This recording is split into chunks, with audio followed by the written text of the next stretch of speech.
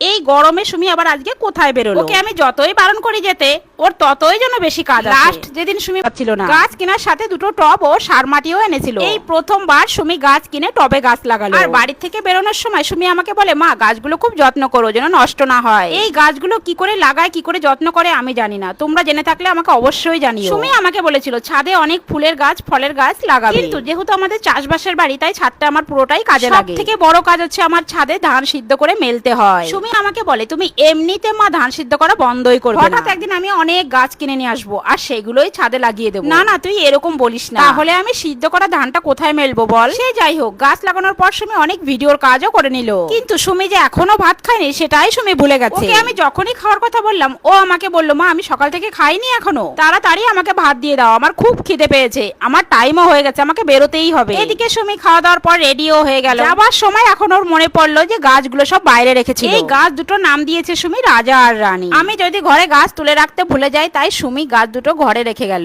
আর ওর ভাইকেও বলে গেল, ভাই গাছ দুটো দেখিস, কিন্তু আমি যতদিন বাড়ি না আসছি তোর আর মায়ের উপরে দায়িত্ব থাকবে গাছে। এদিকে হৃদয় সুমিকে বললো, আমাদের দুপুরে বেরোনোর কথা, আর এখন সন্ধ্যাই হয়ে গেল, তবুও তোমার কাজই গোছানো হচ্ছে না। আর দেরি করো না, এবার ঝটপট বেরিয়ে পড়ো। এদিকে সুমির কাজ করতে করতে সুমির অনেক গরম লেগে গেল। সুমি ওর ভাইকে বলছে, দেখ